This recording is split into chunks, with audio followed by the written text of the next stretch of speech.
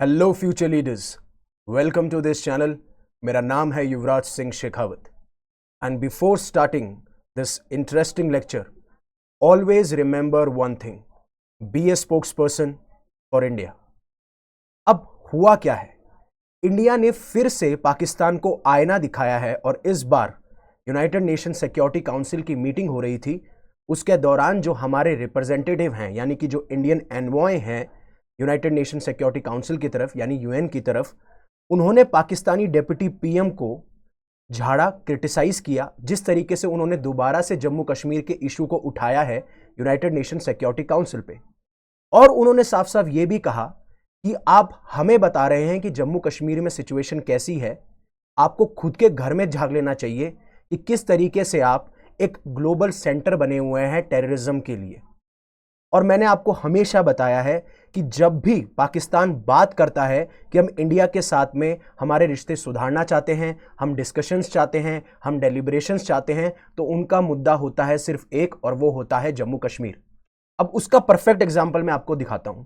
ये रिसेंटली एक न्यूज हुई थी जिसमें पाकिस्तान ऑक्यूपाइड जो लेजिस्लेटिव असेंबली है, वहां पे जो पाकिस्तान के प्राइम मिनिस्टर हैं शहबाज शरीफ, उन्होंने कहा था कि हम सारे इश्यूज को रिजॉल्व करना चाहते हैं इंक्लूडिंग जम्मू एंड कश्मीर, और पूरे भर में सिर्फ इन्होंने बात की है जम्मू कश्मीर के इशू की। तो अगर आप सारे इशू को रिजॉल्व करना चाहते हैं तो आप सिर्फ पूरे के पूरे रिलाई क्यों करते हैं जम्मू कश्मीर पे? आप बाकी इश्यूज के बारे में भी बात कीजिए।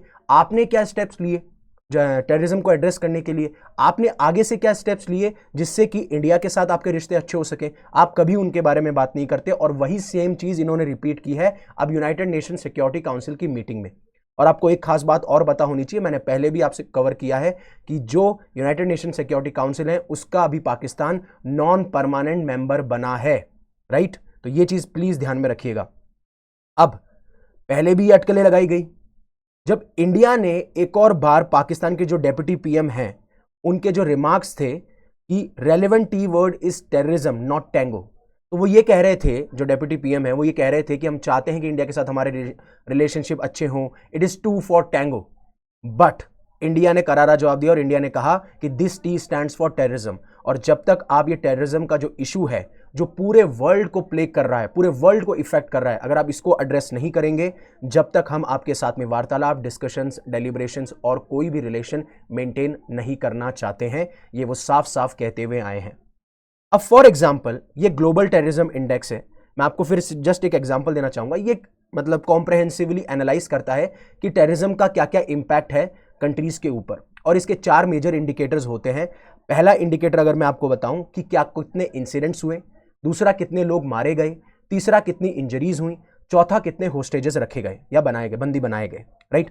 तो आप ये देख पा रहे हैं रेड में जो एरियाज हैं वो हाईएस्ट इंपैक्ट है टेररिज्म का, राइट? तो कुछ आपको अफ्रीकन कंट्रीज मिलेंगी और कुछ आपको साउथ एशियन कंट्रीज मिलेंगी, जिसमें आपका अफगानिस्तान है, पाकिस्तान है, आपका इंडिया है, और आपका म्यांमार, और ये जो साउथ ईस्ट एशिया वाला रीजन है वो है। अब आप खुद सोचिए, अफगानिस्तान में तालिबान की सरकार है, पाकिस्तान खुद प्रमोट करता है टेररिज्म को, क्योंकि काफ़ी सारे जो यूएन की जो डेजिग्नेटेड टेररिस्ट ऑर्गेनाइजेशन है उनको काफ़ी सेफ हेवन्स प्रोवाइड करता हुआ नजर आता है। उसका इफेक्ट जो है इंडिया में भी हमें देखने को मिलता है, ये आप चीज़ देख सकते हैं। और आप इस लिस्ट में देखेंगे ओवरऑल टेररिज्म इंडेक्स में, तो आप पाएंगे पाकिस्तान जो है वो चौथे नंबर के ऊपर है, राइट? ये है। और रिपोर्ट की माने तो टेररिज्म रिलेटेड डेथ्स जो हैं पाकिस्तान में अब एक आसमान छू चुकी हैं, रिकॉर्ड तोड़ चुके हैं। ये सारी चीजें आपको देखने को मिलती हैं। अब ये कुछ मैंने जो साउथ एशिया का टेररिज्म पोर्टल है उसका एक रिसर्च है, मैं आपको सिर्फ एक बेसिक एग्जांपल देना चाहूंगा, आपको शायद दिख नहीं रहा होगा बट फिर भी बता देता हूं। 2022 के अंदर देयर वर 971 टोटल इंसिडेंट्स, जिसमें आप देख सकते हैं कि किलिंग के कितने इंसिडेंट्स थे, जिसमें आप देख सकते हैं सिविलियंस कितने मारे गए, सिक्योरिटी फोर्सेस कितने थे, टेररिस्ट, इंसर्जेंट्स और एक्सट्रीमिस्ट कितने थे, ये सारे आप देखेंगे। तो 2022 में अगर ये नंबर 971 था तो 2021 में ये नंबर अगर 971 था तो 2022 में 1513 हो गया। मतलब कि आपको देखने को मिलेगा अराउंड 55% इंक्रीज। फिर 2236 हो गया तो अराउंड 48% इंक्रीज। और अभी 2025 शुरू भी नहीं हुआ है, 465 इंसिडेंट्स अभी हमें देखने को मिले हैं। और ये है इंडिया का चार्ट, राइट? तो इंडिया में जो टेररिस्ट इंसिडेंट्स हो रहे हैं उनके पीछे रिस्पॉन्सिबल है पाकिस्तान, जिस तरीके से क्रॉस बॉर्डर टेररिज्म के इंसिडेंट्स हमें पाकिस्तान में देखने को मिलते हैं। साथ साथ में नॉर्थ ईस्ट में भी काफी बार इंसर्जेंसी बनी होती है, जिस तरीके से म्यांमार में सिचुएशन अभी इंस्टेबल है, बांग्लादेश में भी सिचुएशन इंस्टेबल है। तो अगर आप इंटरनल सिक्योरिटी की बात करेंगे तो इंडिया में इंसिडेंट्स जो हैं वो बाहरी ताकतों की वजह से ज्यादा होते हैं और जो इंटरनल जो स्टेबिलिटी है उसकी वजह से कम। ये चीज आपको दिमाग में रखनी है। तो इंडिया में वो राइज उतना नहीं है, 460, 629, 147 ये चीजें आपको देखने को मिली, कंपैरेटिवली बहुत लेस है। लेकिन ये जो हो भी रहे इंसिडेंट्स उसमें मोस्ट ऑफ द जो इन्वॉल्वमेंट है वो बाहरी देशों का है, चाहे वो पाकिस्तान की तरफ से हो या फिर नॉर्थ ईस्ट में आपका बांग्लादेश और म्यांमार में जो इंस्टेबिलिटी बनी हो उसकी वजह से हो। अब आगे बढ़ने से पहले कि एक्चुअली में हुआ क्या है, एक्चुअली में कैसे चीजें अनफोल्ड हुई हैं, क्या यूनाइटेड नेशन सिक्योरिटी काउंसिल में किन दो मुद्दों पे पाकिस्तान ने अपने आप को पुट फॉरवर्ड रखा, अपने पॉइंट्स रखे, और कैसे हमारे जो इंडियन रिप्रेजेंटेटिव हैं टू यूएन उन्होंने क्रिटिसाइज किया, कंडेम किया और आईना दिखाया पाकिस्तान को। उससे पहले अनअकैडमी आपके लिए लेके आया flat 55% of on all Unacademy UPSC courses. आप देख सकते हैं ये प्राइसेस हैं, राइट। अगर आपको मैक्सिमम डिस्काउंट चाहिए तो आप मेरा कोड यूज कीजिएगा, डिस्क्रिप्शन में आपको लिंक मिल जाएगा। That is wait a minute, that is UV50, right. ये आप देख सकते हैं। उसके अलावा काफी बार जो है लोग सीसैट में फेल हो जाते हैं even though they clear the GS1 paper. तो अगर आप चाहते हैं कि लिमिटेड टाइम में आप अच्छा कोर्स कर जाएं, और जो कि एक लिमिटेड टाइम ऑफर है जहां पे आपको कोर्स मिल रहा है 2999 में, जो कि one of the most affordable courses हैं।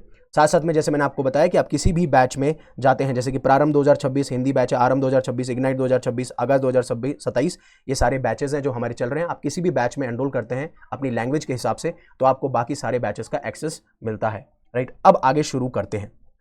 तो ये हमारे न्यू दिल्ली के परमानेंट रिप्रेजेंटेटिव हैं टू यूनाइटेड नेशन।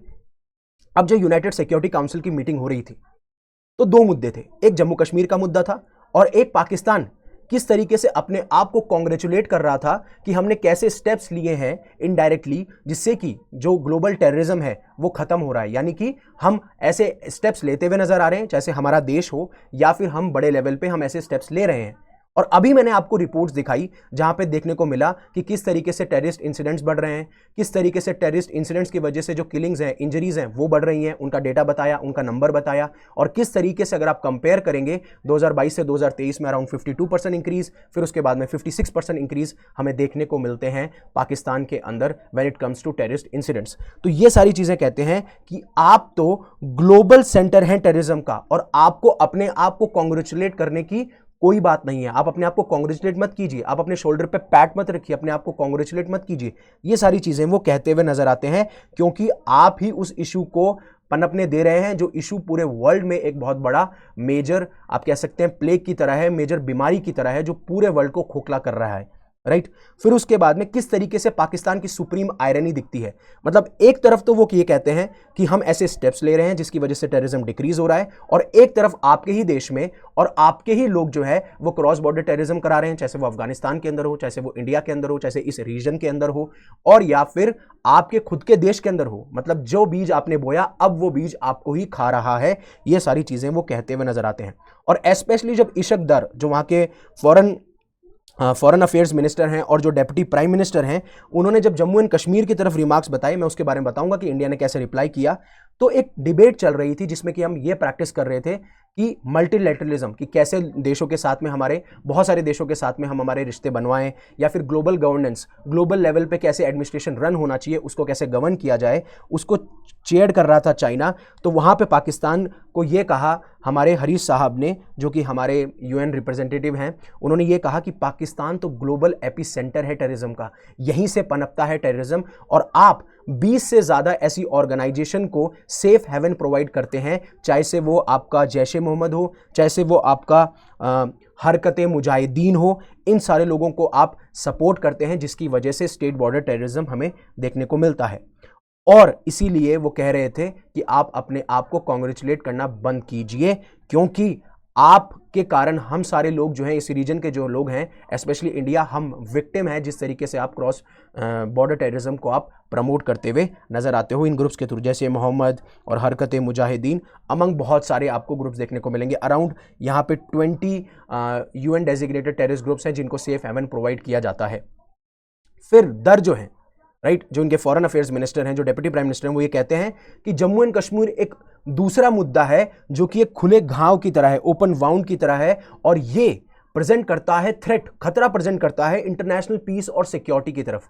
हमेशा से इनका यही काम है जम्मू कश्मीर के इशू को लेके जाना, क्योंकि इन्हें भी पता है कि कहीं ना कहीं एक जम्मू कश्मीर का इशू है जिसकी वजह से ये बार बार सरकार के अंदर आ सकते हैं। ठीक है, तो ये कहते हैं कि पिछले 8 दशकों से जो जम्मू एंड कश्मीर के लोग हैं उनको एक बहुत ही ब्रूटल तरीके से फॉरेन पावर ने ऑक्यूपाई कर रखा है। मतलब इंडिया को वो बोल रहे हैं कि जम्मू कश्मीर को हम फॉरेन पावर हैं, हमने ब्रूटली उनको ऑक्यूपाई कर रखा है, हम उन्हें सप्रेस करते हैं, उन्हें ऑप्रेस करते हैं, ऐसा करते हुए नजर आते हैं। और जो उनके हक के राइट्स हैं, जो उन्हें चुनने चाहिए अपने लिए कि क्या बेहतरीन है, हम उसको भी डिनाई करते हैं। ऐसा वो multiple UN security council meetings में पाकिस्तान जो है ऐसा कहता हुआ आया है।